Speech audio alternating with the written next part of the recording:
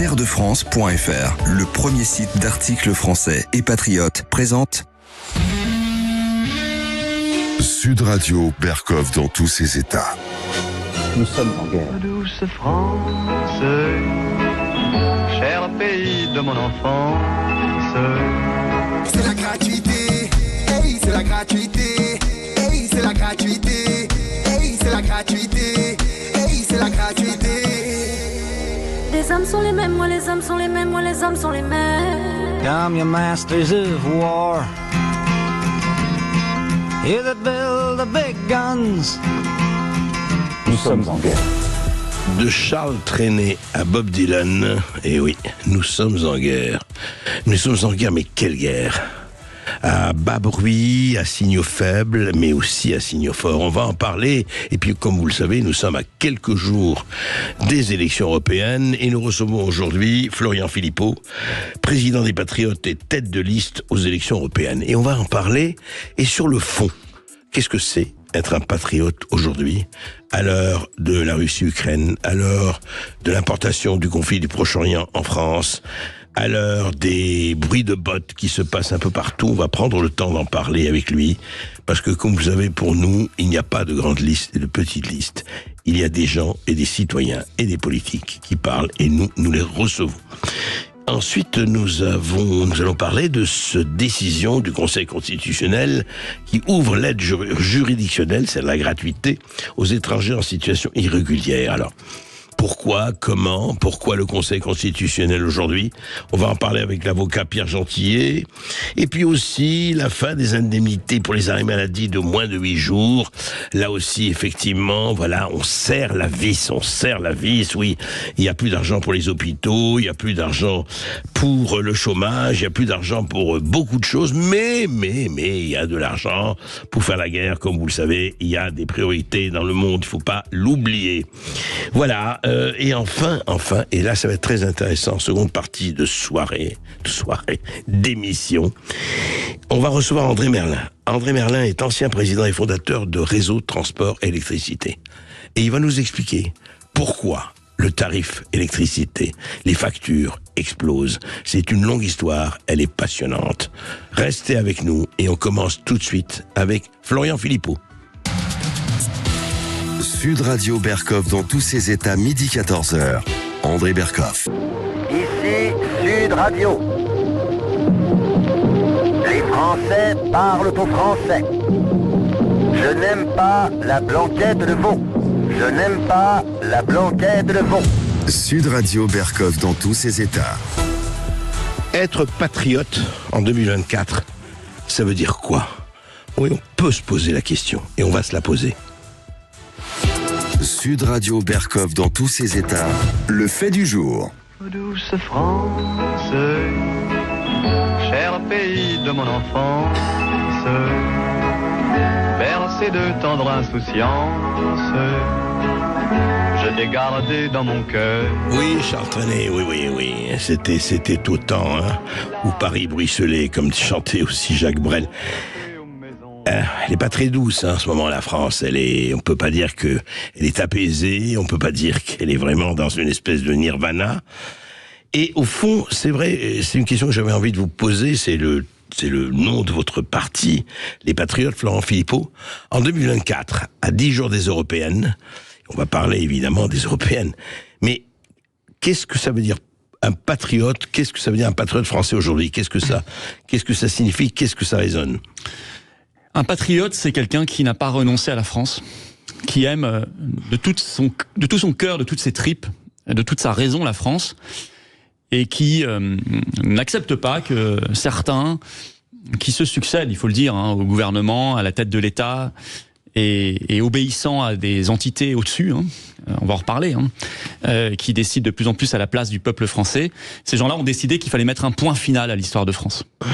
Qu'on allait rayer d'un trait de plume 2000 ans d'histoire, de beauté, de paysage. Vous voulez dire, on l'a fait disparaître ? Oui, totalement, de profondeur historique, civilisationnelle, de génie scientifique, de concept d'attachement à la liberté, une certaine vision de l'homme, de la femme. C'était fini, voilà. À une langue aussi. Et je le dis comme cela, je pèse mes mots, parce que quand on accepte d'embarquer la France dans des instances supranationales comme l'Union européenne, par exemple, qui se déclare aujourd'hui prête à devenir officiellement un État. Oui, certains le disent. Oui, j'avais été le premier à alerter quand Mario Draghi l'avait dit, avait craché le morceau en novembre 2023. J'avais fait dans la journée une vidéo, tellement ça m'avait semblé important. Il le dit, mais en fait, ils le pensent tous. Si l'Union européenne devient un État, la France ne l'est plus, que chacun le comprenne bien. Et donc, on sera la génération qui aura mis un point final à une épopée qui me semble pas du tout terminée et morte. Moi, je suis fasciné de voir toujours nos compatriotes capables de vibrer pour la France. Les jeunes capables de vibrer pour la France. Et je vais vous dire une chose, André Berkoff. Je crois que le patriotisme, c'est une idée fondamentalement moderne dans le monde actuel. Tous les grands pays, tous les pays se réapproprient leur identité, leur patriotisme, leur souveraineté. Les États-Unis, la Chine, la Russie, le Brésil, les BRICS, et même des pays qui sont plus petits que la France, mais qui sont très attachés. La Suisse, on voit le Royaume-Uni qui fait le Brexit, qui réfléchit maintenant à quitter l'OMS, à quitter la CEDH pour être vraiment un pays indépendant. Quand on doit affronter les forces de l'argent, des forces aussi idéologiques qui sont contraires à nos intérêts et qui sont celles du mondialisme, on a plus que jamais besoin d'une patrie, d'un pays, d'une nation. Et c'est pour ça que les patriotes, le patriotisme français, ça me semble une idée extraordinairement moderne. Alors justement, si c'est une unité moderne, et vous dites vous-même, voilà, l'Union européenne telle qu'elle a été faite, on va pas refaire l'histoire, il nous faudrait des heures, mais on sait ce que ça donne et ce que ça a donné. Mais quand même, beaucoup de gens disent l'Union européenne, sans cela, on serait perdu. Mais moi, la question, je vous pose le paradoxe, Florian Philippot, c'est que vous et d'autres qui prônent le Frexit, qui prônent donc que la France quitte l'Union européenne telle qu'elle est pour retrouver sa pleine indépendance, et en quoi, effectivement, ça va faire avancer les choses selon vos vœux, d'essayer d'entrer dans un Parlement européen où, de toute façon, on va pas vous... Les chances sont quand même vos chances, et puis d'autres sont assez minimes. Mais même au-delà de ça, supposez que vous ayez, et pourquoi pas, quelques députés. Et vous savez très bien les liens qui enserrent les lois, l'extraordinaire faisceau de lois, vous l'avez étudié encore beaucoup plus que moi, et qui enserrent tout cela, et que pour sortir de là, alors vous allez me dire l'Angleterre, mais l'Angleterre ça a pris des années, comment on peut sortir de là? Et donc, est-ce que ce n'aurait pas été plus fort, même pour vous, je parle pour votre parti, pour vos idées, de dire, écoutez, surtout, ce Parlement n'a pas lieu d'être et il faut en tout cas le supprimer tel qu'il existe. Juste un mot, pourquoi je dis ça? Ça m'a absolument frappé. Pour moi, le vote le plus terrifiant du Parlement européen, il n'y a pas longtemps, c'est quand ils ont voté à la majorité contre la transparence des contrats entre la Commission européenne et les laboratoires pharmaceutiques Pfizer et compagnie. Et que un Parlement européen, enfin, c'est la première chose, hein, on vote, au moins, qu'on soit de droite, de gauche, du centre, d'en haut, d'en bas, on veut la transparence. Donc, ce paradoxe... Il n'y en a pas. Vous avez raison, le Parlement européen ne doit pas exister. Il n'y a de Parlement que quand il y a un peuple à représenter. Donc il ne peut pas y avoir de Parlement européen. Il n'y a pas de peuple européen. Bien sûr que non, il y a un peuple français, allemand, belge, italien, tout ce que vous voulez. Il n'y a pas de peuple français. Il n'y a pas de peuple européen, pardon. Il y a un peuple français. Mais je veux appliquer une méthode qui s'appelle, on peut l'appeler comme on veut, la méthode Farage, que j'ai bien connue, Nigel Farage. Nigel Farage, oui. Ou la méthode Cheval de Troie, si on veut faire référence à l'histoire, qui consiste à se faire élire là-bas pour l'utiliser cyniquement, et j'assume. Je ne suis pas là pour, au Parlement européen, jouer le jeu de la virgule de la directive européenne à renégocier. On ne changera rien de l'Union européenne. Cette machine est infernale, elle doit être détruite, que les choses soient claires. Moi, je souhaite la destruction de l'Union européenne avant qu'elle détruise la France, et c'est bien son projet. Donc on n'est pas là pour faire croire aux gens, comme toutes les listes à côté, la LFI, LR, RN, Reconquête, PS, enfin toutes, même les macronistes, qui vous disent en ce moment, comme tous les 5 ans... On veut garder la maison. Oui, et puis on va la réformer, on va repeindre les barreaux de notre prison, quoi, en fait. En vert, en bleu, en rose, en bleu marine, en bleu Reconquête, en rouge, en ce que vous voulez. C'est un mensonge. Il faut quitter la prison. Alors comment on utilise cyniquement le Parlement européen? Farage a réussi parfaitement à le faire. Il s'est fait élire, ça lui a donné une notoriété. Il a utilisé cette caisse de résonance parce que c'en est une. Il a aussi utilisé le Parlement européen comme source d'information, parce que vous avez accès à des choses, des dossiers auxquels vous n'avez pas accès si vous n'y êtes pas. Et vous les faites connaître à votre peuple. vous faites trembler les murs de cette institution. Nous, si on y est, je peux vous dire, avec Myriam Palomba, Pierre-Yves Rougeron, Jean-Frédéric Poisson, Valérie Lopi, Marc Doyer et d'autres, on sera là pour mettre le bazar, pour créer une espèce de révolution, celle du Frexit. Et le Frexit ne se fera pas dans les murs du Parlement européen, bien évidemment. Le Frexit se fera par une décision nationale en France, comme elle s'est faite au Royaume-Uni par un référendum en juin 2016. Mais notre capacité à être au Parlement européen accélérera le cours de l'histoire, fera entrer le Frexit dans le débat public, médiatique et politique, dont il est totalement absent aujourd'hui parce qu'il est évincé, et c'est totalement anormal.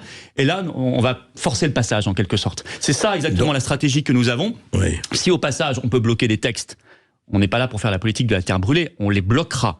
Moi aussi, comme vous, j'ai été choqué par ce vote sur la non-transparence des contrats d'injection là avec Pfizer. Je suis d'autant plus choqué que je suis celui qui a mené la lutte depuis des années dans la rue, dans les actions pour les libertés contre cette folie covidiste. Nous sommes le grand mouvement qui l'a fait, qui le fait, et c'est notre mouvement qui a porté plainte contre Ursula von der Leyen, je vous le rappelle, sur les SMS échangés avec Pfizer. Alors, Florent Philippot, en fait, votre stratégie, c'est l'entrisme comme un bon trotskiste, que vous n'êtes pas.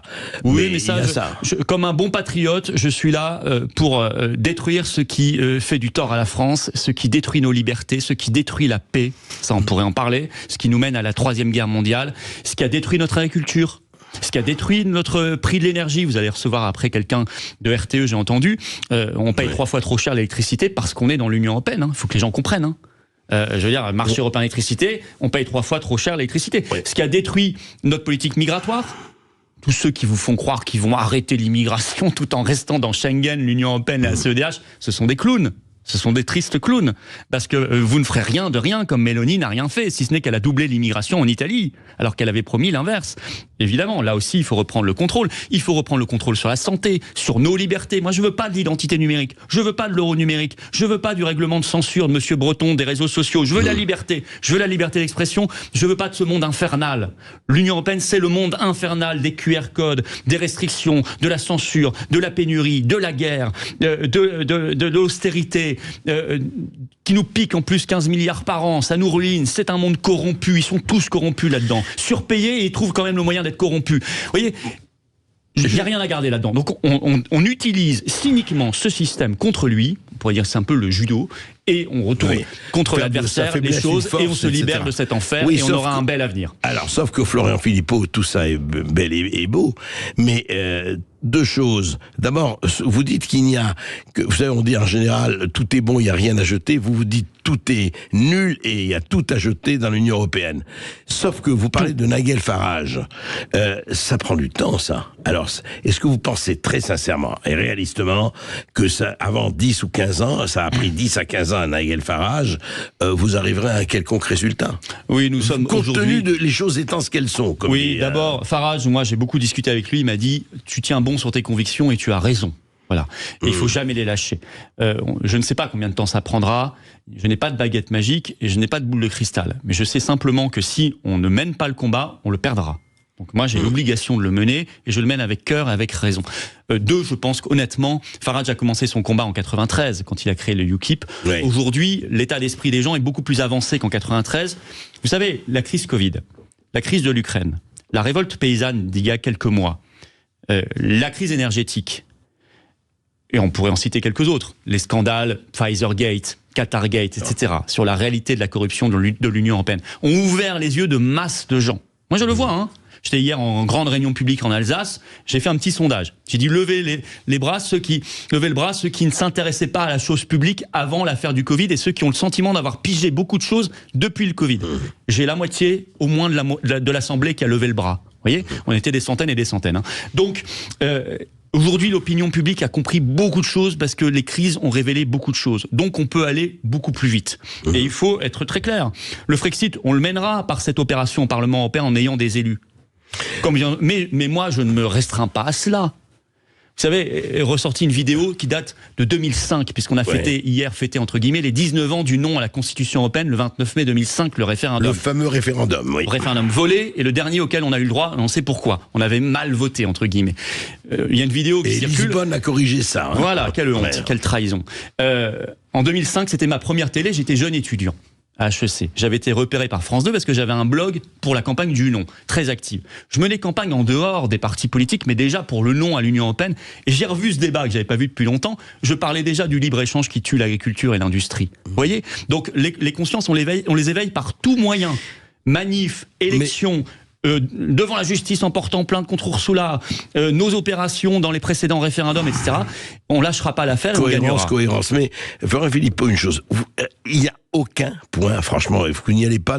Est-ce qu'il n'y a aucun point positif dans cette Union européenne depuis qu'elle s'est faite ? Non. Parce que est-ce que vous jetez pas tout le bébé avec l'eau du bain ? Non, le bébé, c'est un petit monstre. C'est pas un bébé. C'est Frankenstein. Ah ouais, vous savez, c'est les bébés qui sortent dans les films d'horreur là. C'est déjà des petits diables. Non, il n'y a pas de bébé à jeter. Il n'y a pas de bébé. C'est une horreur. C'est une monstruosité ce truc. Il faut s'en débarrasser. Vous savez pourquoi il n'y a pas ? C'est cohérent. L'Union européenne, c'est le rejeton du mondialisme. Il y a plusieurs instances comme ça qui forment un puzzle. L'OTAN, l'OMS, la CEDH, Schengen, l'euro, l'Union européenne, marché européen d'électricité, pour faire simple. Ces instances sont cohérentes entre elles et propagent la même idéologie. Une idéologie qui dit que les nations et les peuples doivent disparaître, que leur souveraineté doit être transférée à des gens non élus, à des lobbies, à des gens corrompus. Que les libertés doivent disparaître. C'est la politique des passes, il y a eu sanitaire, vaccinal, carbone, QR code qui nous menace, et demain le crédit social. Que la paix doit disparaître. Parce que des peuples qui vivent en permanence en tension et sous état de guerre ou de pré-guerre comme nous depuis maintenant des années, ce sont des peuples qui sont plus facilement manipulables parce qu'ils ont peur, parce qu'on entretient la peur. C'est le management par la peur. On va en parler tout de suite. On détruit les services publics, le modèle social, on mélange tout le monde avec l'immigration massive. C'est un modèle très cohérent, c'est pour ça qu'il n'y a rien à garder de cette affaire. Alors Florian Philippot, on va continuer d'en parler après cette petite pause, parce que quelles sont vraiment vos solutions ? Parce que, et je parle réalistement, pas totalement, pas dans les vœux pieux, quoi. Et puis vous pouvez avoir la parole 0826 300 300 pour poser toutes vos questions. À tout de suite sur Sud Radio. Sud Radio. Sud Radio. Parlons vrai. Parlons vrai. Sud Radio. Parlons vrai. Ici Sud Radio. Les Français parlent au français. Les carottes sont cuites. Les carottes sont cuites. Sud Radio Berkov dans tous ses états. Oui, on est à quelques jours du débarquement, à quelques jours des élections européennes. Florian Philippot, mais je vous pose une question avec ce que Jacques Prévert appelait les terrifiants pépins de la réalité. C'est très bien tout ça, ce que vous avancez. En tout cas, il y a une cohérence incontestable, que l'on soit d'accord avec vous ou que l'on soit en total désaccord avec vous. Mais le problème, sans parler des sondages, etc., vous savez très bien qu'aujourd'hui, bon, on voit très bien ce que donnent les chiffres, etc., les majorités qui se dégagent ou pas. Et au-delà, dans cette Europe des 27, on voit très bien que la guerre en Ukraine qui continue et qui se développe, et ça risque de durer. Parlons pas du Proche-Orient, c'est encore autre chose.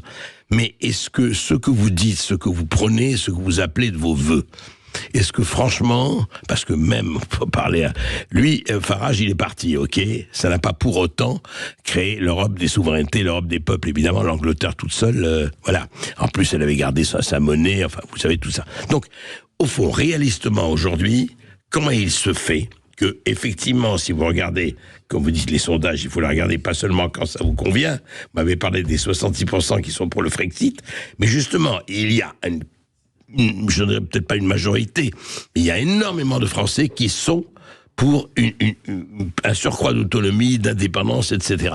Sauf que ça ne se traduit absolument pas dans les votes. Donc, est-ce que vraiment le moyen, c'est le vote ? C'est un moyen qu'il faut en tout cas essayer.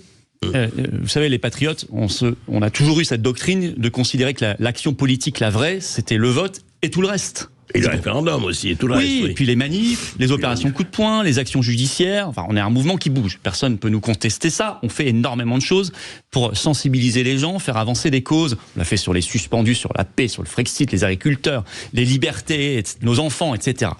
Donc, je ne peux pas vous répondre à cette question-là. En tout cas, il faut évidemment utiliser aussi l'arme électorale, parce que parfois, par réfraction, elle fonctionne. Personne n'imaginait que Trump allait gagner en 2016. Personne n'imaginait 3 mois avant que le Brexit allait gagner au Royaume-Uni, ni même qu'il y aurait un référendum un jour sur ce sujet-là. On voit bien des choses qui bougent d'un coup, l'histoire accélère. Donc, nous sommes dans cette période-là. Et j'ai envie de dire aux Français, vous n'avez pas envie de secouer la table ? Vous en avez pas marre de voir ces dialogues-là entre faux opposants, Macron qui reçoit à dîner Bardella, qui va ensuite envoyer un petit texto à Marine Le Pen qui ce matin sur une radio dit « Ah mais l'Union européenne devient un monstre totalitaire », très bien, puis derrière elle dit « Mais on va y rester parce qu'on va la changer de l'intérieur ». Donc derrière, une espèce d'en même temps délirant et un gros mensonge. Vous dites qu'on ne peut pas la changer de l'intérieur. Mais bien sûr que non, et ils le savent très bien eux-mêmes. Il faudrait l'unanimité des 27 États membres exactement sur le même projet au même moment. Mais on peut changer la règle de l'unanimité. Et puis, je veux dire, au-delà même des règles juridiques, oui, mais la règle, c'est celle-là, et au-delà même des règles juridiques, il y a un tel poids des lobbies financiers autour qui veulent mener l'Union européenne dans telle ou telle direction qu'il faut arrêter de croire que cette institution va la piloter. Je vais même ajouter une chose, André Berkoff. Même si l'Union européenne était un succès, mais qu'elle supposait que la France soit sous tutelle, que ce ne soit plus la France et le peuple français que ça maître de leur destin, eh bien je me battrai quand même pour quitter l'Union européenne. Parce que je n'accepte pas que notre pays, vieux de 1500 ans, 2000 ans d'histoire, pour lequel des générations et des générations ont livré leur sang, que notre pays soit sous tutelle d'une quelconque personne illégitime, corrompue, et qui ne soit pas issue de la volonté populaire et de la volonté profonde du peuple français. J'ai trop d'amour pour la France, pour notre patrie, pour accepter ça. Mais j'ai envie de dire vraiment aux gens, mais secouez la table. Que vous ayez demain 30 ou 32 eurodéputés RN, qu'est-ce que ça va changer ? De toute façon, ils seront en tête, on le sait bien, ils l'ont été déjà la dernière fois, et il y a 10 ans. 5 députés patriotes, qu'est-ce que ça va encore moins changer ? 5 députés frexiteurs, qui veulent par ailleurs sortir aussi de l'OTAN, de l'OMS, qui se battent. Moi, je suis à Genève le samedi, là, dans la manif internationale contre le traité pandémie, contre l'OMS. On est les seuls Français, encore une fois, à être invités à prendre la parole parce qu'on est les seuls à se bouger. Ça changerait tout. Ça, ce serait un coup d'éclat, une révolution au sein du Parlement, et ça ferait parler en France et en Europe s'il y avait ce coup de tonnerre d'avoir des députés frexiteurs. Honnêtement, qui est 30 ou 32 ou 33 eurodéputés RN, personne ne va regarder, on aura oublié le lendemain, et ça, on passera à autre chose. Évidemment que Macron ne démissionnera pas, évidemment qu'il n'y aura pas de dissolution de l'Assemblée nationale, ils avaient déjà fait la même demande en 2019, ça n'a pas fonctionné, bien sûr que non. Par contre, vu que c'est une élection à un tour avec la proportionnelle intégrale, que les gens en profitent, ça n'arrive quand même pas souvent, il n'y a pas beaucoup de proportionnels en France malheureusement, là il y en a. Donc il faut voter pour ses convictions, nous avons une belle liste de rassemblements, avec 3 mouvements politiques, des résistants, le général Blanchon, j'ai cité des personnalités tout à l'heure, enfin une liste d'actions, une liste de rassemblements qui est claire sur les convictions. Florian Philippot, franchement, ne passez pas à côté de cette opportunité pour voter pour des gens qui copinent en douce avec, je parle du RN, Reconquête et d'autres, avec Macron. Ces gens-là copinent avec Macron. Mais Florian Philippot, juste un mot là-dessus. Est-ce que quand même on constate, parce que c'est vrai qu'il y a des gens qui expriment leurs préférences, et on en a parlé, mais il y a aussi quand même un étrange, je dirais pas résignation, mais une certaine passivité d'une partie de la population, bien sûr pas tout, qui se disent, nous on reçoit beaucoup d'auditeurs, à Sud Radio, dans mon émission, qui disent, ouais mais ça va rien changer, c'est la politique, ça va rien changer. Vous connaissez ce mantra, c'est peut-être un mantra décevant, pardon, mais il existe. Donc, comment faire ? Vous savez, cet absentéisme, vous le connaissez, on en a parlé. 50%. Oui, je rencontre parfois aussi des gens comme ça qui sont désabusés par 30 ans de trahison, de désillusion. J'ai envie de leur dire, soyez les avocats de votre propre vie. Vous savez, personne ne le fera à votre place. Pensez à vous, peut-être pensez à vos enfants si vous en avez. Soyez les avocats de votre propre vie, de votre propre cause. Parce que si vous démissionnez, si vous baissez les bras, croyez pas que vous allez sortir de ce monde. Croyez pas que vous allez échapper à la société de surveillance généralisée, à la conscription. C'est le ministre hongrois hier qui a parlé que l'Union européenne avait un projet de conscription pour aller nous battre contre la Russie. Il était contre. Lui, il était contre, mais le nôtre, il est pour. Et j'ai pas entendu les pseudo-oppositions parlementaires l'ouvrir. Nous, on a lancé une pétition nationale dès hier. On a alerté et c'est dans notre programme là aux européennes. Donc, croyez pas qu'en vous mettant à l'écart de tout ça, en disant c'est plus confortable ou j'y crois plus, que vous allez pas être rattrapé par tout cela. Vous savez, je le redis, l'histoire est faite. Moi, j'ai bien connu Max Gallo, qui est malheureusement décédé. Il m'avait dit il y a une seule loi de l'histoire, c'est la surprise. Et plus je mûris, grandis, vieillis, et bien plus parce qu'il m'avait dit ça, j'étais tout jeune étudiant, plus je me rends compte qu'il a... Étonnez-moi, Benoît. Oui, c'est ça. Je me rends compte qu'il a 1000 fois raison. Je crois que nous avons un auditeur. Oui, c'est Jean-Marc qui nous appelle depuis Narbonne. Bonjour Jean-Marc. Oui, bonjour Jean-Marc. Bonjour André, bonjour Florian. Bonjour Jean-Marc. Ce que dit Florian, ça a l'air un peu excessif, mais Florian n'est pas du tout dans l'excès. Il est bien au contraire modéré. Il s'est jamais trompé sur ce qui s'est passé depuis 4 ans. Je n'avais jamais pris de carte politique dans ma vie. Je pensais jamais en prendre, mais à force d'écouter Florian, je me suis mis dans le devoir de le rejoindre. Voilà. Une adhésion comme ça en public. Non, mais je me suis mis à le rejoindre depuis 4 ans. Je suis quelqu'un de très curieux. J'aime beaucoup l'histoire. Je pense être quelqu'un de cultivé, d'instruit. Et Florian connaît bien le monde auquel on vit, connaît bien l'ancien monde aussi. Florian ne s'est donc jamais trompé, c'est un homme extrêmement brillant. Et j'invite à tout le monde de bien réfléchir sur le vote, à bien regarder tout ce que proposent les personnes. Bien le regarder, bien s'instruire, parce qu'on voit sur BFM TV, il y en a 8 qui sont passés, Florian n'est pas passé. Sur CNews ce soir, il y a les grandes listes et les petites listes, ça c'est le... Non mais ça n'existe pas, ça, petite liste ça n'existe pas, et grande liste ça n'existe pas, parce que c'est sûr que si, entre guillemets, ce qu'on appelle petite liste, ça passe jamais, c'est très difficile à devenir grand. Mais nous on va devenir grand, et encore une fois de plus, je ne suis pas quelqu'un de politique, j'ai rejoint Florian parce que j'ai rejoint Florian Philippot. D'accord. Voilà. Et Florian Philippot a fait énormément de bien. Jean-Marc. Toutes les personnes qui se sentent non mais vous avez dit, oui, Jean-Marc, vous avez dit quelque chose de chacun choisira. Vous avez dit regardez toutes les listes, regardez ce que disent les gens, et c'est ce qu'on dit nous. Nous on ne prend pas parti, on ne prend pas position, c'est pas notre rôle du tout. Nous on demande aux gens regardez et faites votre propre opinion. C'est le plus important. Ne vous laissez pas influencer par X ou Y. Maintenant si X ou Y correspond à vos attentes, eh ben allez-y banco. Une dernière question, Florian Philippot. Est-ce que si jamais vous n'avez pas de député, ça peut arriver, aucun député, etc., vous continuerez, ça ne changera en rien votre combat et votre persévérance? D'abord, merci à Jean-Marc pour ses mots et son engagement. Et je vous réponds, André Berkoff, je l'ai dit déjà en réunion publique, dès le 10 juin au matin, on sera dans le combat, quoi qu'il arrive. Quoi qu'il arrive. On sera plus fort si on a des eurodéputés. Parce qu'on en aura au moins 5 d'un coup si on a les 5% pour avoir des élus. On sera beaucoup plus fort et entendu si on a des eurodéputés. Mais quoi qu'il arrive, on sera dans le combat. Eh bien, merci. Merci Florent Philippot. Merci à vous. On va suivre ça. Merci Florent Philippot. On va marquer une courte pause sur Sud Radio et on va parler de l'aide juridictionnelle. À tout de suite sur Sud Radio. Sud Radio Berkoff dans tous ses états. Appelez maintenant pour réagir 0826 300 300. Terredefrance.fr, le premier site d'articles français et patriotes, présente Ici Sud Radio. Les Français parlent au français. Je n'aime pas la blanquette de veau. Je n'aime pas la blanquette de veau. Sud Radio Berkoff dans tous ses états. Le Conseil constitutionnel, l'un des piliers de la République, est-il politisé ou pas? La question se pose. Pourquoi? On en parle tout de suite. Sud Radio André Berkoff. Ça balance pas mal. Berkoff dans tous ses états, ça balance pas mal sur Sud Radio. C'est la gratuité, éblouit le soleil. C'est la gratuité, hey, c'est la gratuité. Hey, c'est la gratuité, hey, c'est la gratuité.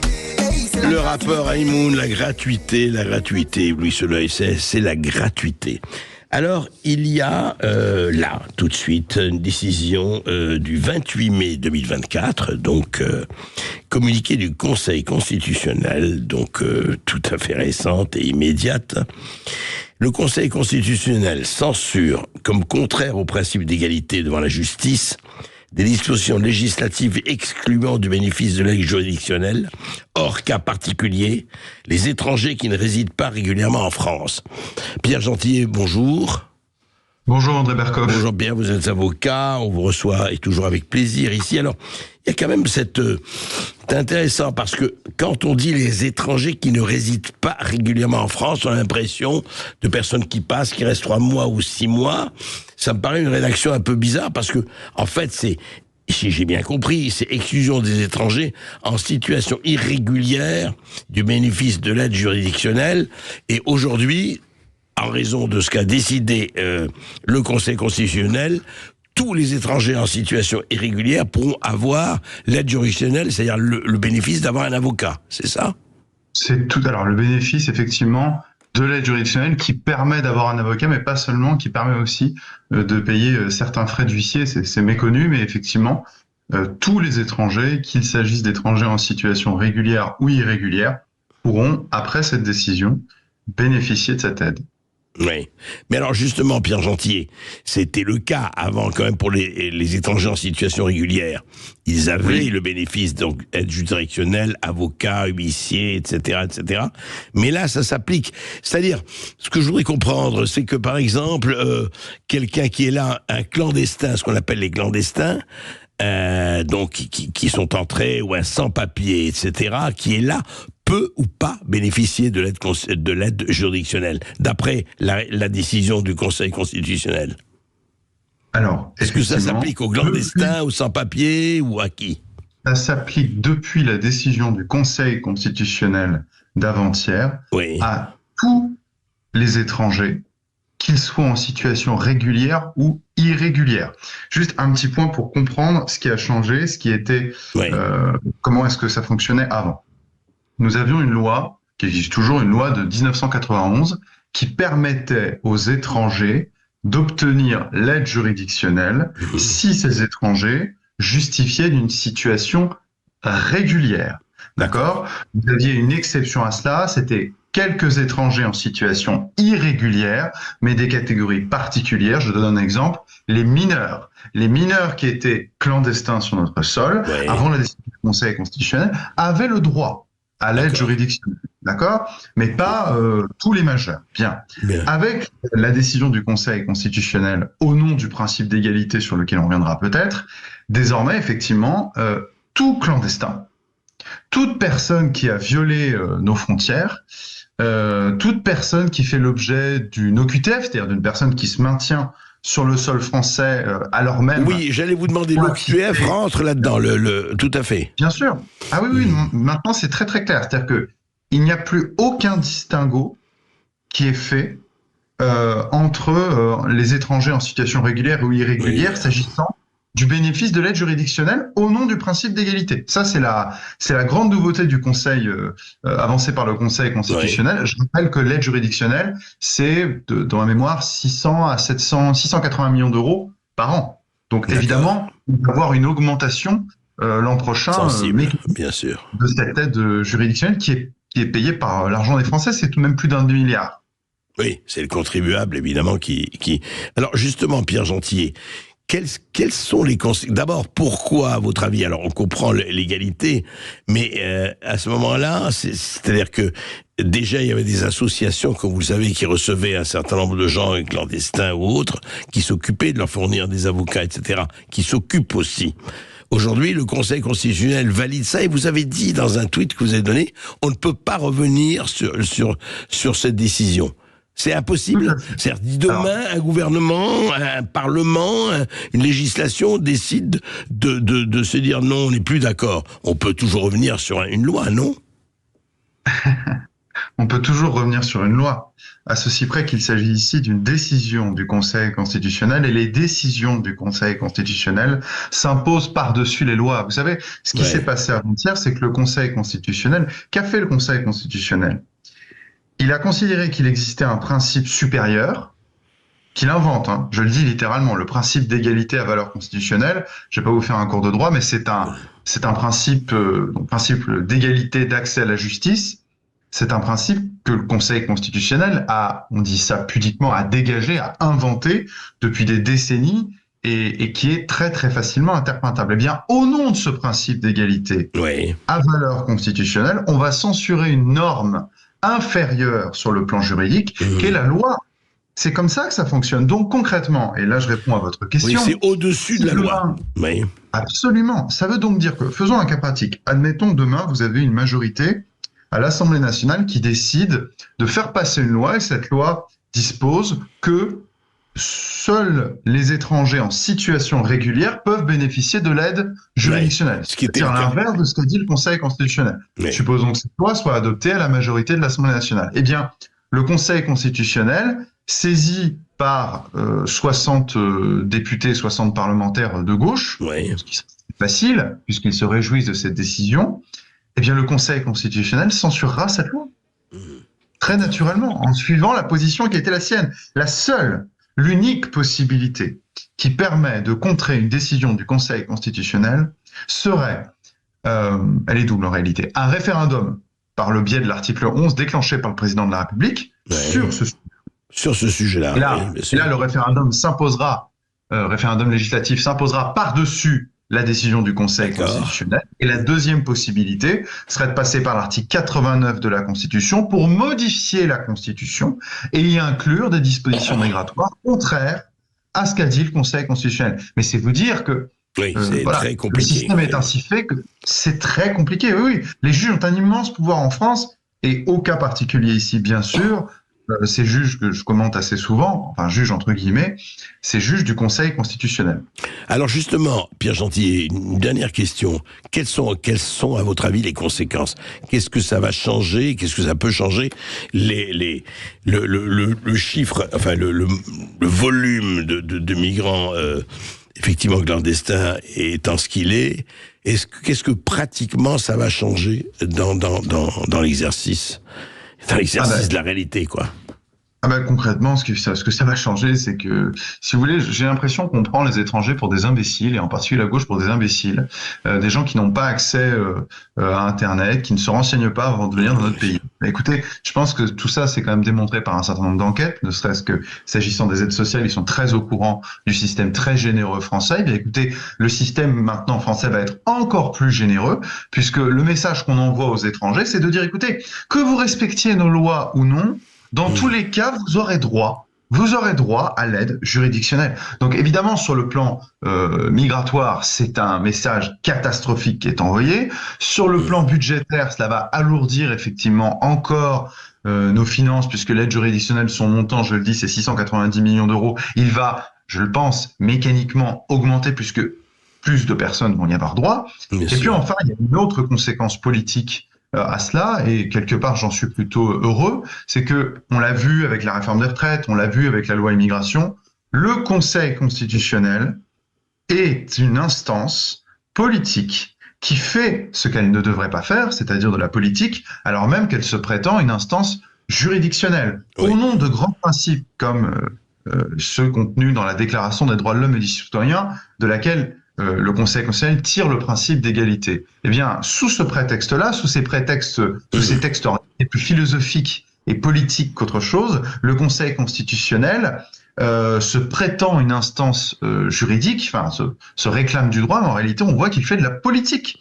Donc, il sera nécessaire, à un moment ou à un autre, en 2027, pour tout gouvernement qui souhaiterait que le politique récupère le pouvoir sur ce type d'instance parasitaire au sens parasite du pouvoir politique, et effectivement, il sera nécessaire à un moment de le réformer. Ça, pour moi, c'est le message. Si vous voulez, le Conseil constitutionnel creuse un peu sa tombe avec ce genre de décision, parce que tout le monde, ça, on verra. Tout le monde se rend compte que c'est une instance politique. Illégitime. Oui, surtout qu'il y a quelques anciens présidents qui trônent ou premiers ministres. Laurent Fabius, Alain Juppé, Jacques Mézard, Jacqueline Gouraud, ça en fait des anciens ministres qui vont péniblement du centre-gauche au centre-droit. Évidemment, il ne s'agirait pas, je dis une bêtise, mais qu'un ancien député Rassemblement National soit membre du Conseil constitutionnel. Là, vous auriez des éditos sur France Inter pour vous dire que ce n'est plus une instance neutre. Oui.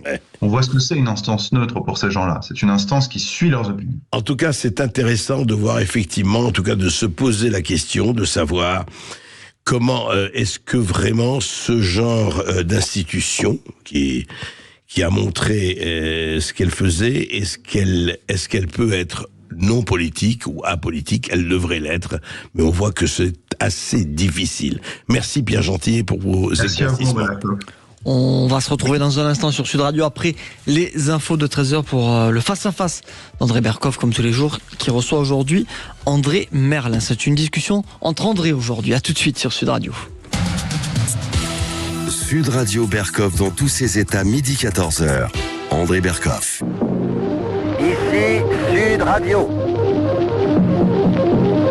Français parlent au français. Les carottes sont cuites.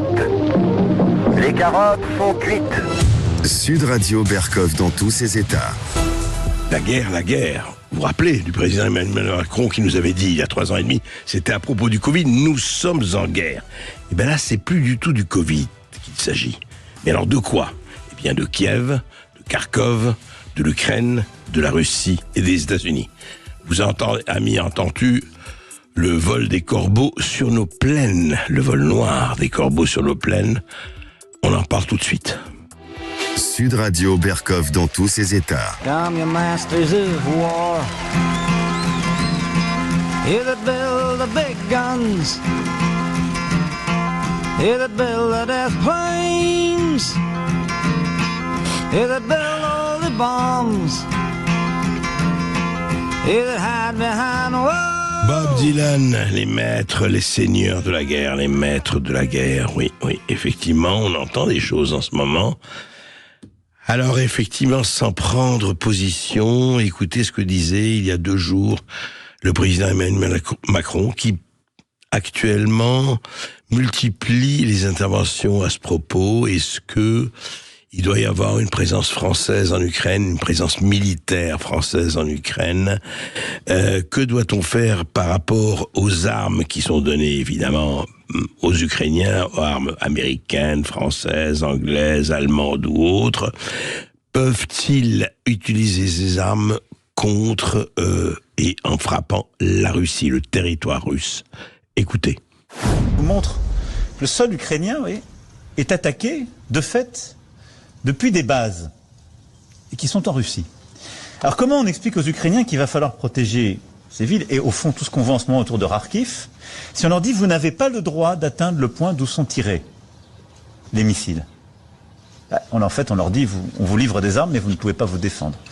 Donc nous on reste exactement dans le même cadre, on pense qu'on doit leur permettre de neutraliser les sites militaires d'où sont tirés les missiles, et au fond les sites militaires depuis lesquels l'Ukraine est agressée, mais on ne doit pas permettre de toucher d'autres cibles en Russie, et évidemment des capacités civiles ou d'autres cibles militaires.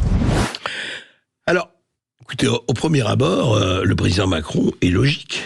Il parle parce qu'il est cartésien pratiquement. Qu'est-ce qu'il dit? Il dit voilà, écoutez, les Ukrainiens sont frappés par des missiles ou des avions ou des drones ou autres venant de certains points du territoire russe. Pourquoi ils n'auraient pas le droit d'attaquer ces territoires, ces points, avec les armes qu'on lui fournit? Certes, c'est une logique.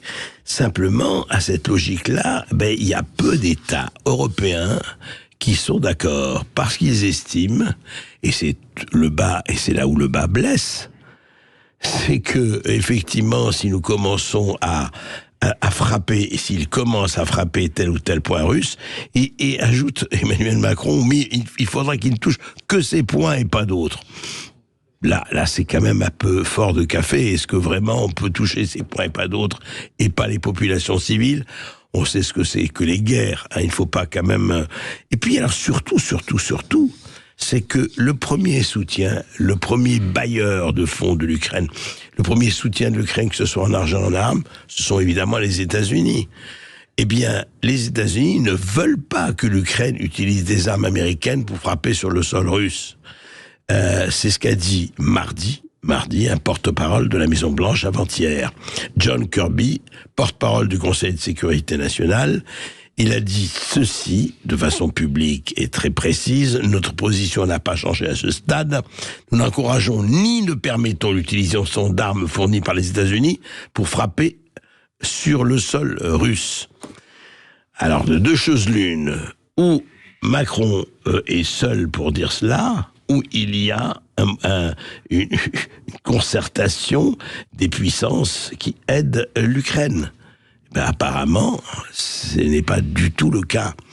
Alors, qu'est-ce qui va se passer si demain, et encore une fois, est-ce que c'est déclarer la guerre à la Russie que les armes françaises utilisées par les Ukrainiens frappent la Russie, ou pas? Mais ce sera peut-être à l'humeur et au pouvoir et au gré de Poutine. Et qu'est-ce qu'on fait dans ce cas-là? Ce qui est quand même absolument frappant dans cette histoire, c'est le cas de le dire, c'est que la concertation, c'est que l'accord entre les puissances occidentales, à l'heure où les BRICS montent, à l'heure où l'Occident est de plus en plus contesté, eh bien, l'Union fait plaisir à voir. J'ai l'air de ricaner, mais je ne ricane pas du tout. C'est extrêmement préoccupant. Et qu'au moins, les princes qui nous gouvernent accordent leur violon. Sud Radio Berkov dans tous ses états. Le face-à-face. 13h08 sur Sud Radio, l'heure pour nous de vous présenter ce face-à-face. Jusqu'à 14h, on va parler électricité Europe avec l'ancien président et fondateur de RTE. C'est André Merlin qui est avec nous. Bonjour André Merlin. Bonjour, merci pour l'invitation. Merci à vous André Merlin. Je rappelle que vous avez créé, fondé RTE. RTE, c'est quoi? Donc vous avez été président pendant longtemps, le réseau transport électricité. Alors je voudrais d'abord, parce que l'électricité, les factures d'électricité, il n'y a pas un d'entre nous qui n'en est pas, qui en était conscient depuis toujours, mais qui en est de plus en plus conscient. Et on entend beaucoup d'auditeurs qui nous interpellent à ce sujet, sans parler des PME, TPE, des artisans, des boulangers, enfin de tout le monde. Alors, c'est quoi le réseau transport électricité que vous avez créé? Oui. D'abord, le réseau de transport sert effectivement à transporter l'électricité d'un point à un autre. Ce sont, si on fait une analogie avec la route, c'est les autoroutes électriques et les routes nationales. Et ça permet effectivement d'échanger l'électricité d'un point à un autre du territoire, mais également avec les réseaux des pays voisins. Mais le gestionnaire de réseau de transport, contrairement à son nom, enfin ne laisse pas entendre, oui. C'est également l'endroit où on équilibre en permanence l'offre et la demande d'électricité.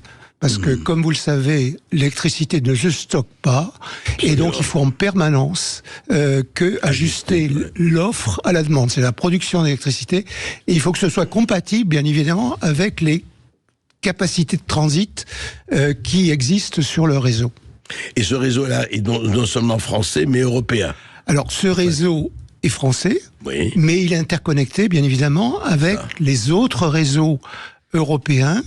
C'est le grand système d'interconnexion européen, un des plus grands dans le monde, il faut le dire, oui. Avec celui qu'on a en Chine, aux États-Unis, au Canada.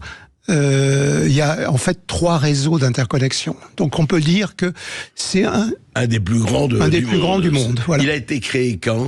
Alors ça s'est créé au fur et à mesure des années du XXe siècle, disons après la Première Guerre mondiale, 1921.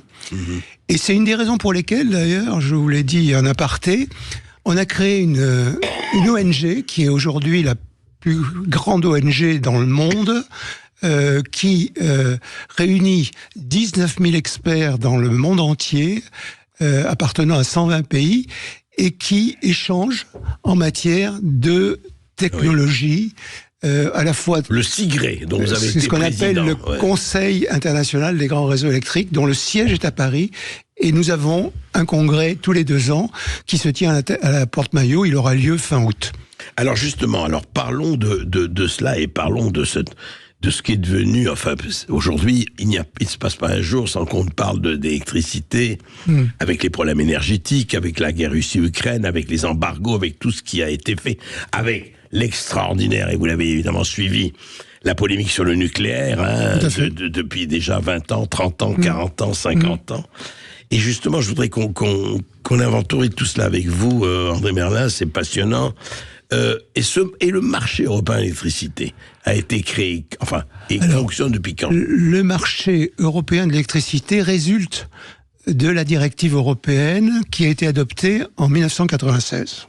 D'accord. Qui avait d'ailleurs suscité à l'époque beaucoup de réticence du côté français, parce que, il faut le dire, pourquoi, oui. On avait une organisation qui était excellente. EDF avait le quasi-monopole de la production, avait le monopole du transport d'électricité, de la distribution d'électricité.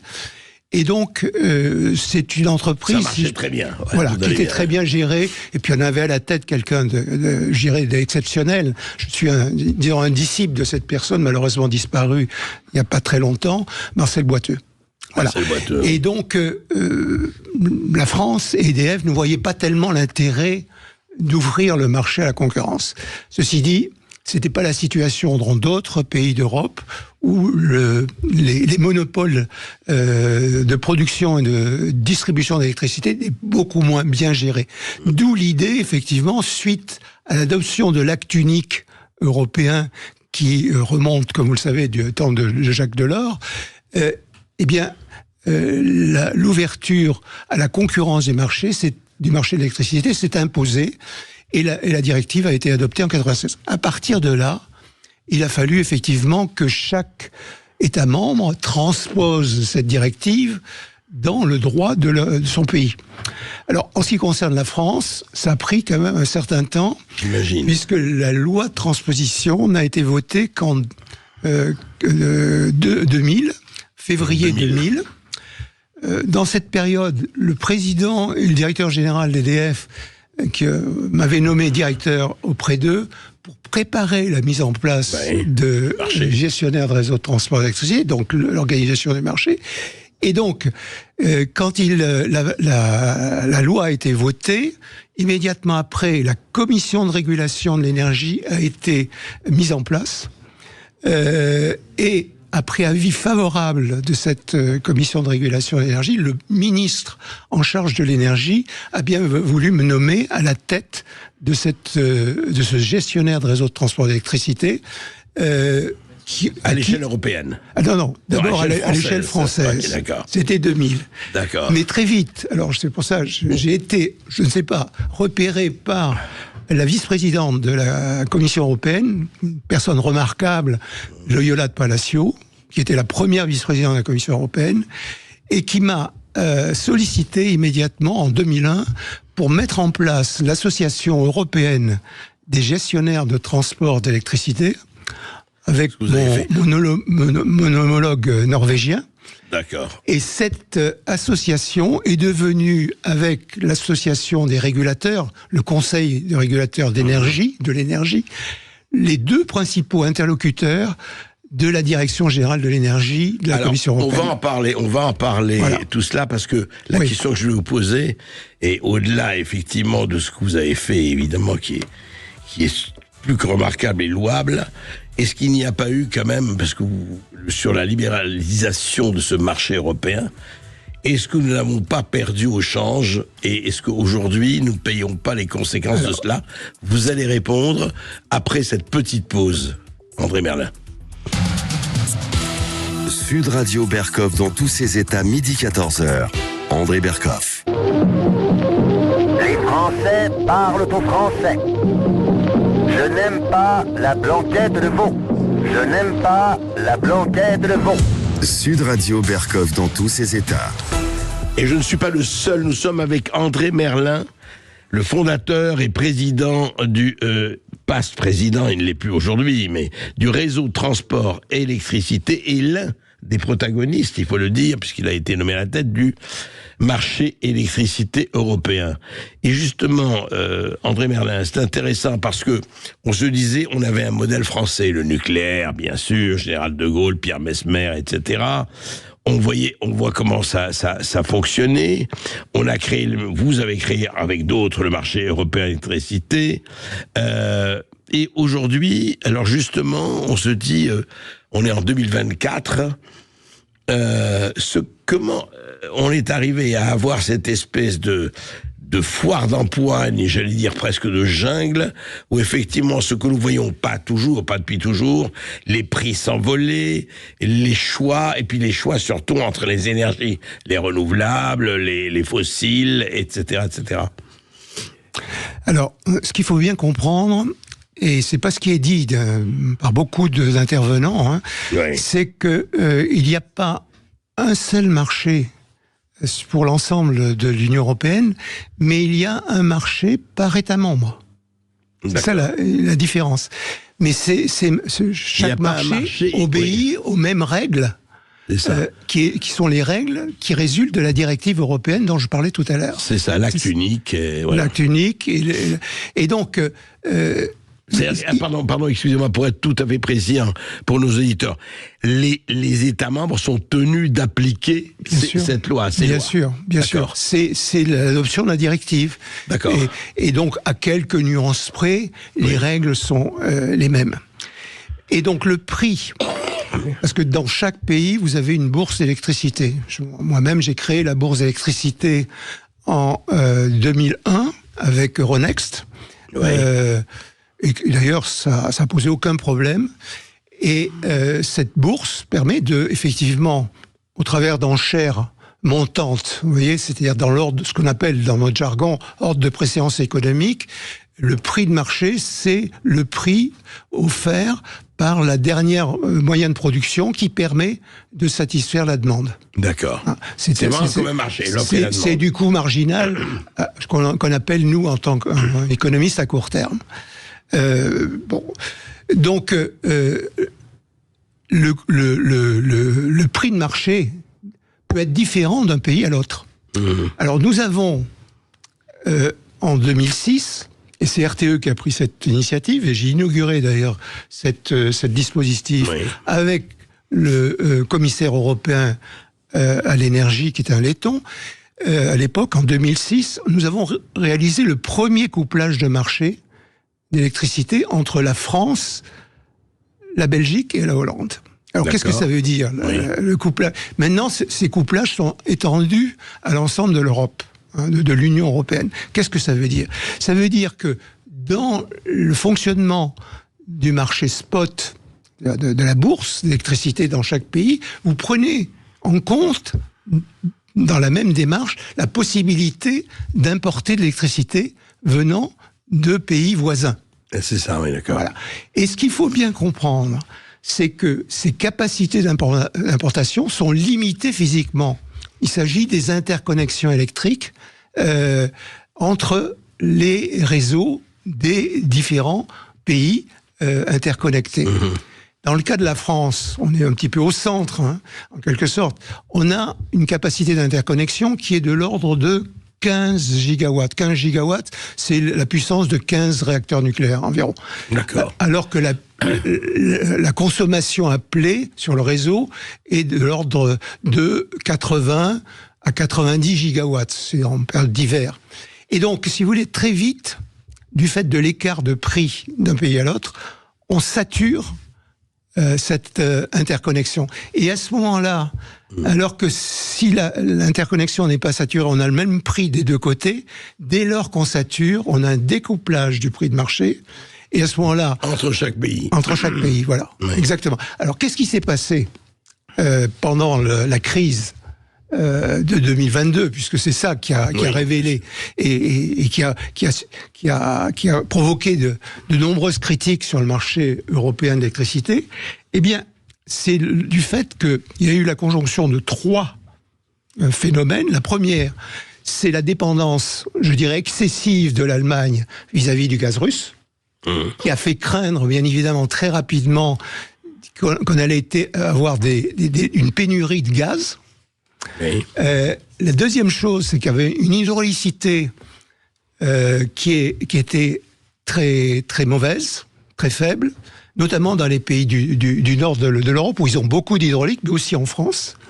Et la troisième chose, c'est effectivement le défaut générique qui est apparu fin 2021 sur le parc nucléaire français.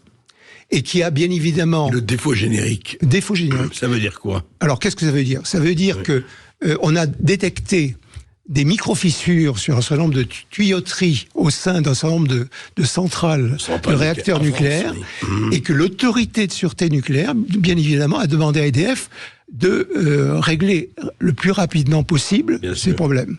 Et de telle sorte qu'il n'y ait pas de conséquences sur la sûreté nucléaire de nos réacteurs. Ce qui a été fait. Mais la moitié, à peu près, du parc nucléaire, en 2022, a été arrêtée. A été touchée, oui. En même temps qu'il y avait l'embargo, qu'il y avait la guerre, etc. Exactement.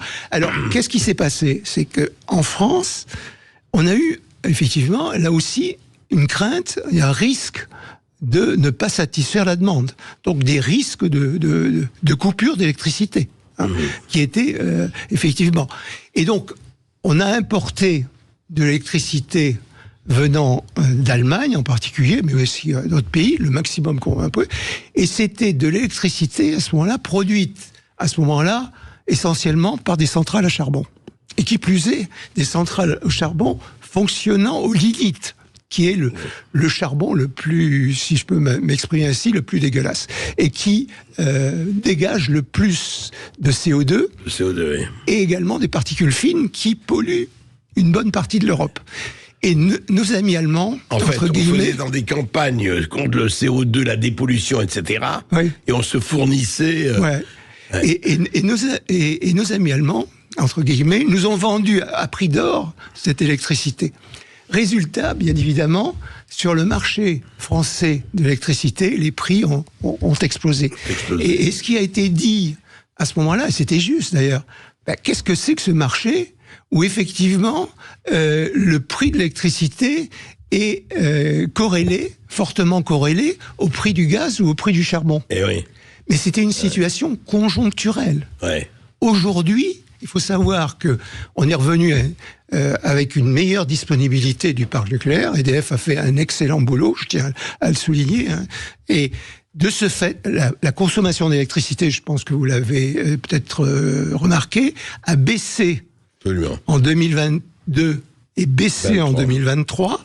Et qui plus est, en 2024, compte tenu de la croissance qui est en berne, en France, 0,6-0,7% de croissance du PIB, eh bien, on aura une stagnation de la consommation d'électricité. Donc aujourd'hui, on a à la fois une bonne disponibilité du nucléaire et une consommation qui n'augmente pas. Résultat, on a suffisamment de capacité nucléaire pour satisfaire très souvent la demande d'électricité en France.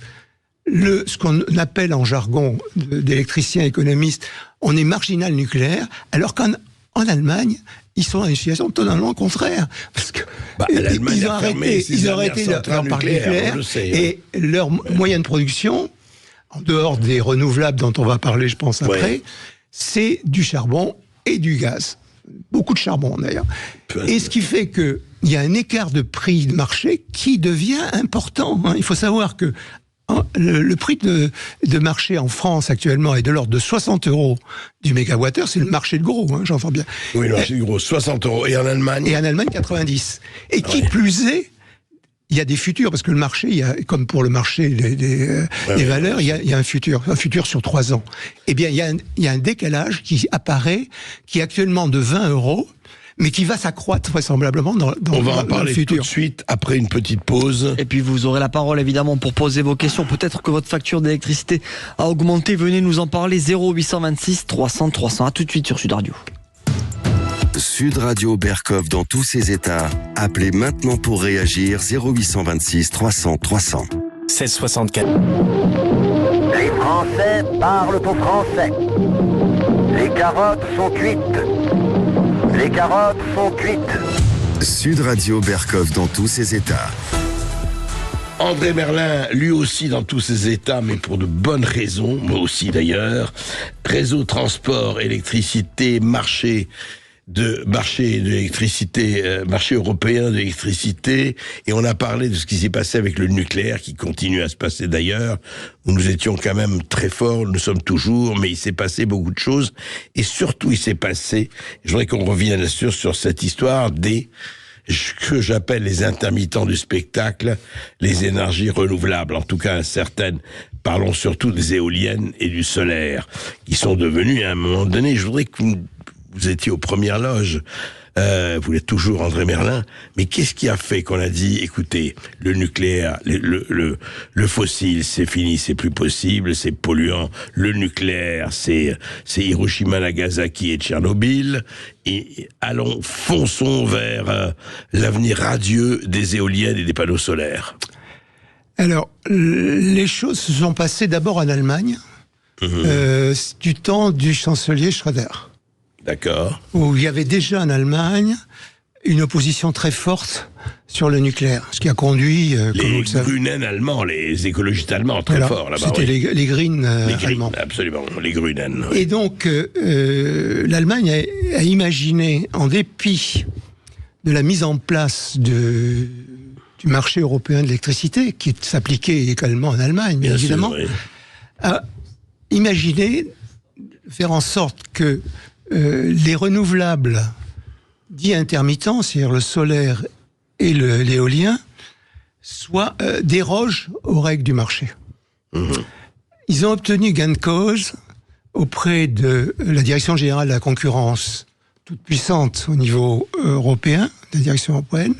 Pourquoi ? Parce que c'est des moyens de production qui n'émettent pas, ou très peu, de gaz à effet de serre. Et au nom de l'environnement, effectivement, ils ont obtenu cette dérogation. Ça, c'était donc... et ça s'est appliqué en Allemagne. Une très grosse dérogation. Ça, c'est quelles années, ça ? C'est à partir de 2000. 2000, d'accord. Et voyant qu'ils avaient pu mettre en place ce système en Allemagne, pourquoi pas l'étendre à l'ensemble de l'Europe.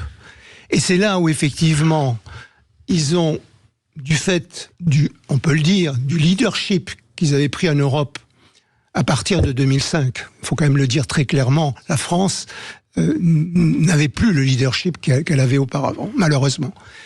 Eh bien, l'Allemagne a fait la pression qui convenait pour que ce système qu'ils avaient mis en place en Allemagne s'étende à l'ensemble de l'Europe. Ouais. C'est la directive de 2009, ce qu'on a appelé les 3 x 20 en 2020, c'est-à-dire 20% de baisse des émissions de gaz à effet de serre par rapport à 1990, 20% d'énergie renouvelable dans le mix énergétique européen. Alors on intégrait aussi l'hydraulique, bien évidemment, oui. Et 20% d'efficacité énergétique. On ne parlait pas du nucléaire. Et c'est là où, à mon avis... Ah oui, le nucléaire a été mis en parenthèse. Complètement, comme si il n'existait pas.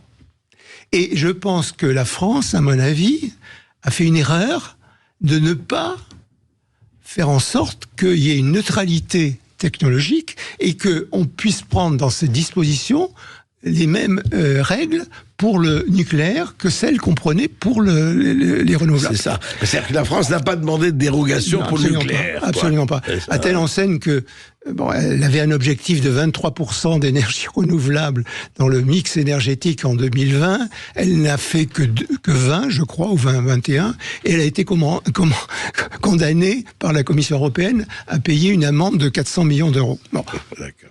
Je crois que l'amende n'est toujours pas payée. Mais enfin, voilà. Alors, ce qu'il faut bien expliquer à vos auditeurs, c'est la différence qu'il y a entre ces moyens de production éoliens, solaires, qui sont des moyens intermittents, c'est-à-dire que vous ne produisez pas d'électricité quand il n'y a pas de vent, ou quand il y a trop de vent.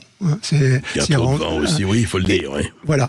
Et le soleil, la même chose. Le soleil, alors, pour l'éolien terrestre, c'est le quart du temps, vous produisez l'électricité en moyenne. Le quart du temps. Le quart du temps. Vous voulez dire qu'il y a un quart, il y a 3 quarts où on ne produit pas d'électricité sur l'éolienne. Oui. Et donc, pour le solaire, c'est 1/7 du temps.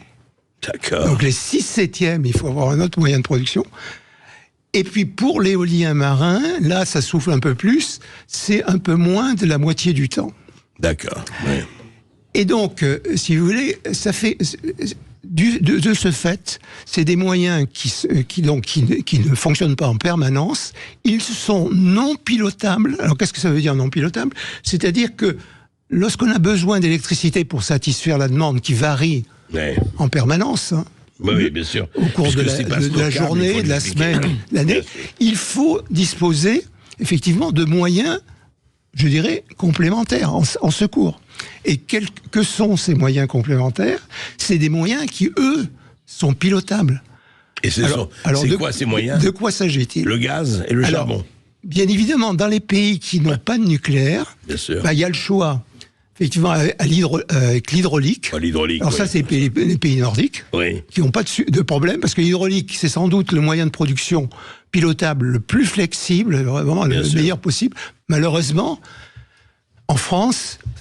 On n'a pas les mêmes capacités. Sinon, c'est le gaz et le charbon. Et puis, il y a le nucléaire, bien évidemment, qui est pilotable également.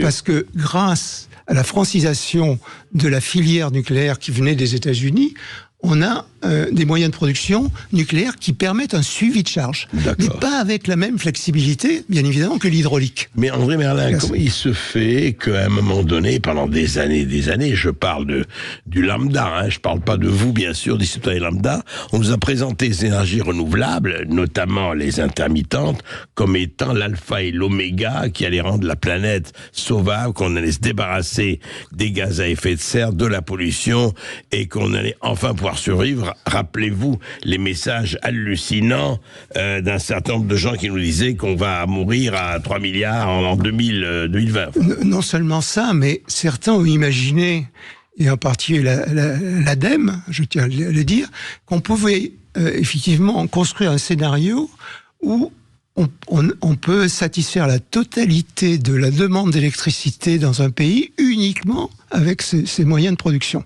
D'accord. Quand j'ai été auditionné par la commission d'enquête sur la perte de souveraineté énergétique de la France, c'est-à-dire l'année dernière, j'ai utilisé un terme qui, semble-t-il, avait été utilisé par le président de la République, je ne le savais pas, c'est de la carabistouille. Alors, Madame Borne, qui était à l'époque... Vraie carabistouille. Ah oui, de la carabistouille. C'est à mon avis... Mais il y a eu un phénomène médiatico-politique à l'entraînement. Je ne parle même pas de Greta Thunberg et pourquoi, ça n'arrêtait pas. Pourquoi derrière cela? Parce que, outre le fait que techniquement, ces moyens de production posent problème, notamment, je ne l'ai pas dit précédemment, mais ils ne participent nullement au contrôle du fonctionnement du grand réseau interconnecté. Alors, qu'est-ce que ça veut dire, le contrôle?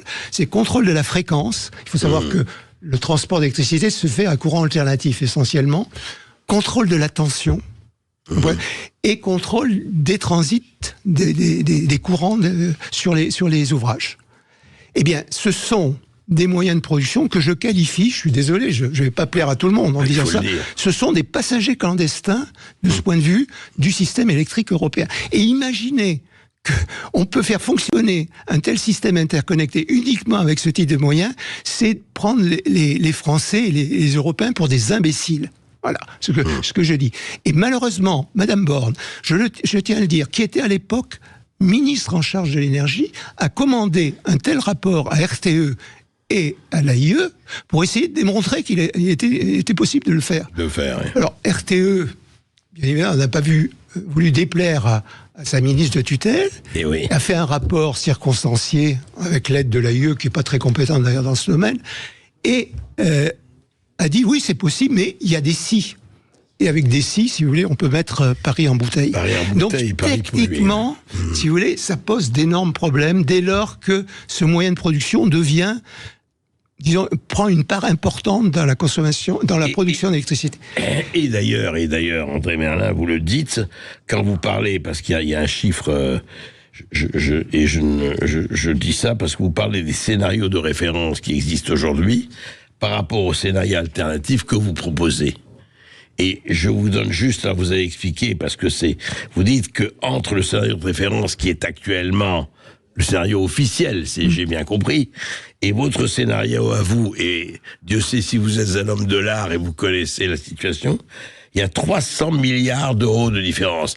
C'est-à-dire que si on utilise le scénario de référence, ce qui est fait aujourd'hui, nous dépensons 300 milliards d'euros inutiles. Tout à fait. Oui. Alors, c'est une étude que j'ai reprise, et qui a été faite également par un think tank qui travaille beaucoup sur le sujet, qui est le CEREME, qui d'ailleurs s'était fait aider par un cabinet conseil qui est très connu au niveau européen, qui est Roland Berger.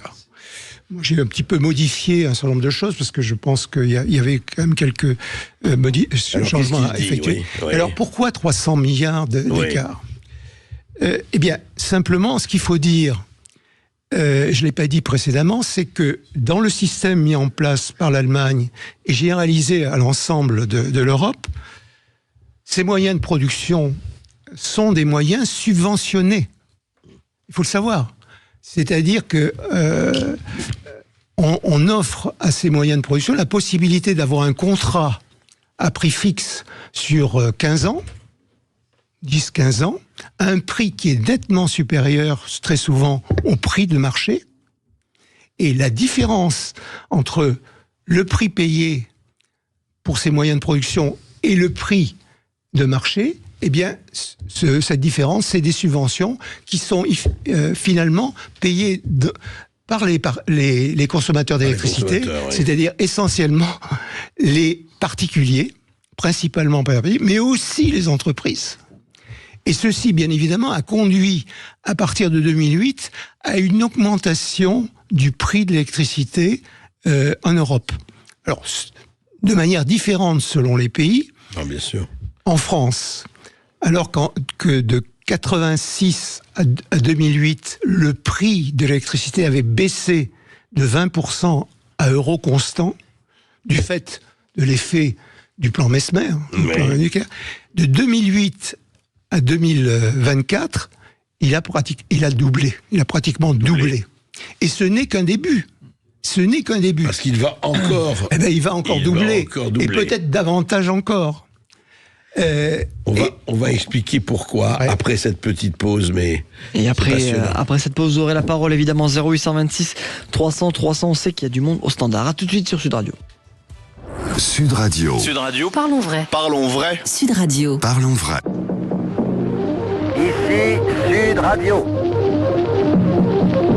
Les Français parlent au français. Je n'aime pas la blanquette de veau. Je n'aime pas la blanquette de veau. Sud Radio Berkov dans tous ses états. 13h49 sur Sud Radio, toujours avec André Merlin qui est notre invité aujourd'hui. Et nous avon Catherine qui nous appelle depuis l'Aveyron. Bonjour Catherine. Bonjour Catherine. Bonjour, bonjour. Bonjour, bonjour à tout le monde. On vous écoute Catherine. À tout le plateau. Alors voilà, c'était par rapport à ce prix de l'électricité qui est devenu insupportable. Je pense faire partie de la classe des moyennes. Et ben voilà, on est arrivé au bout. Moi, j'ai du mal à payer mon électricité. Voyez-vous. Voilà, j'ai isolé ma maison. On m'a demandé d'isoler les murs. J'ai dit, je vais faire des économies. J'ai fait ça. J'ai isolé les combles. Et je paye plus cher d'électricité qu'avant. Vous voyez, avant, j'étais à 380 € et là, je passe à 438 € exactement. Ouais. Voilà, isoler les combles, j'en ai eu quand même pour 37 000 €. Isoler les murs plutôt, 37 000 €. Ouais. Les combles, 1400 €. Enfin bon, moi je sais plus ce qu'il faut faire. Et en se chauffant très peu, je chauffe que la pièce principale. Je chauffe pas la cuisine, je chauffe pas les chambres, je chauffe pas la salle de bain, je chauffe pas... Enfin voilà. Et en n'ayant pas très chaud non plus. Et voilà. Et donc au bout d'un moment... ça, c'est plus possible, ça va péter. Alors justement, je sais pas dans quelle manière. Hein. Justement, personne ne sait dans quelle manière, mais tout le monde est d'accord sur le diagnostic. Catherine, justement, André Merlin, voilà cette personne, voilà Catherine, qui dit voilà, moi j'ai fait, on m'a demandé, vous savez, les normes, les murs, tout ça, isolé, c'est vrai, ça coûte, Dieu sait, ça coûte cher. Et ben ma facture d'électricité augmente et le nombre de personnes, vous savez, qui nous appellent pour ça est impressionnant. Oui, ce qui est clair, c'est que la France, mais aussi l'ensemble de l'Union européenne, veut servir de modèle pour le reste du monde en matière de décarbonation. Donc on veut effectivement atteindre la neutralité carbone en 2050, ce qui est un objectif extrêmement ambitieux. Ouais. Je ne dis pas qu'il ne faille pas faire un effort dans ce domaine. Oui. Et il s'agit en fait, au travers de cela, de remplacer les usages qui utilisent des combustibles fossiles, et en particulier du charbon, mais aussi du fioul et du gaz, par des usages utilisant l'électricité. Et bien évidemment, à partir de là, le prix de l'électricité devient un facteur majeur. Non seulement pour les particuliers, parce que bien évidemment, c'est un prélèvement, plus le prix de l'électricité augmente, plus c'est un prélèvement sur leur pouvoir d'achat. Sur leur budget. Évidemment. Mais aussi pour les entreprises. Et c'est aussi vrai pour les entreprises. Et je dirais même que pour les entreprises, on veut, en même temps, c'est ce que dit le président de la République, réindustrialiser la France. Oui. Et si on veut réindustrialiser la France, il faut être compétitif par rapport à d'autres régions du monde et principalement par rapport aux États-Unis et par rapport à la Chine. Tout à fait, mais alors, André Merlin, c'est là où le bas, non seulement blesse, mais le bas fouette. Ouais. Attendez, vous savez très bien que les 2 tiers du monde se fichent éperdument de la décarbonisation. Ils s'en foutent. On se demande des sanctions à la Russie, à l'Inde, à la Chine, au Congo et ailleurs. Ils ont besoin de énergie fossile ou nucléaire, etc. Ils utilisent. Il n'y a que chez nous que ça hurle dans les familles. Et si vous voulez, si vous regardez l'évolution des émissions de gaz à effet de serre dans le monde, actuellement, on est très loin de l'accord de Paris. On augmente de 1% par an. Oui, en plus. Et peut-être même plus. Et peut-être même plus. Ouais. Et la part des émissions au niveau de la France par rapport aux émissions mondiales, c'est 0,7%. Oui, tout à fait. Donc, vous avez beau réduire de 5% par an cette part de 0,7%, c'est disons, une aiguille dans une botte de foin. Donc c'est absurde. Enfin, c'est un calcul absurde, franchement. Effectivement, il ne faudrait pas que ceci se fasse au détriment de l'économie française et européenne. On a déjà décroché, l'Europe a déjà décroché par rapport aux États-Unis, hein, il faut le dire très clairement. Et il y a un double décrochage, parce qu'il y a un décrochage également de la France par rapport aux autres pays d'Europe. Donc, et la France veut être exemplaire par rapport aux autres pays d'Europe, et l'Europe veut être exemplaire par rapport aux autres régions du monde. Donc, vous voyez, c'est... Okay. Et donc, ce que je dis, c'est que, oui, on peut faire de la décarbonation. Oui, effectivement, il faut le faire avec mesure. Et il faut surtout le faire en évitant une augmentation du prix de l'électricité. Et de ce point de vue-là... Mais on est mal parti, vous dites. On est très mal parti. Que ça va encore augmenter. Ah, bien sûr. Ouais. Pourquoi ? Du fait des moyens de production éoliens et solaires intermittents, qui, encore une fois, sont des moyens subventionnés. Alors, parmi bon, il y a effectivement une opposition très forte sur l'éolien terrestre. Les Français en ont assez, parce qu'effectivement, ça détruit les paysages, ça détruit effectivement les sites remarquables patrimoine, ça provoque des nuisances sonores à proximité, et troisièmement, ça perturbe la biodiversité, parce que bon, les oiseaux de passage, comme vous savez, sont en partie menacés, même tués par le fonctionnement des éoliennes. En ce qui concerne le solaire, c'est l'emprise au sol. 100 gigawatts, c'est ce qui a été annoncé par le président de la République à Belfort. 100 gigawatts de solaire, c'est 100 000 hectares. 100 000 hectares. 100 000 hectares. Voilà. C'est-à-dire quand un hectare, 1 mégawatt. Ah oui, d'accord. Un mégawatt. Donc, si vous voulez, la crainte qu'on peut avoir, c'est que, au-delà des friches industrielles, au-delà de l'utilisation des toitures, eh bien, on soit amené effectivement à installer des panneaux solaires au sol. Et c'est ce qui se passe d'ailleurs dans certains... Il y a des centrales solaires importantes. Mais on va déforester et on va tout faire pour ça. Bien sûr, bien sûr. Ben, quel tableau, Donc dire qu'on veut effectivement que l'Europe soit exemplaire en matière d'environnement, ça passe également par en faisant attention au paysage. Donc voilà la situation dans laquelle on est. Et c'est pour ça que je dis, on ne peut pas continuer de cette manière.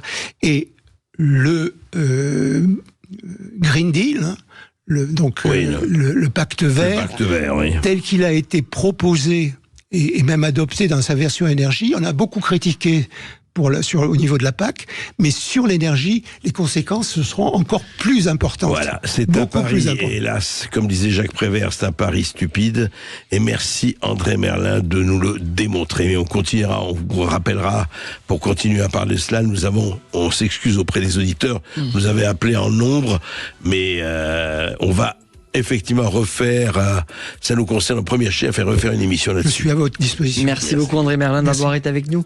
André Berkoff, on vous retrouve demain avec Céline Alonso pour la culture de 13h à 14h, et c'est Alexis Poulain qui sera là demain matin de midi à 13h. Tout de suite, Brigitte Lahaye sur Sud Radio, à demain. Sud Radio Berkoff dans tous ses états, midi 14h. André Berkoff.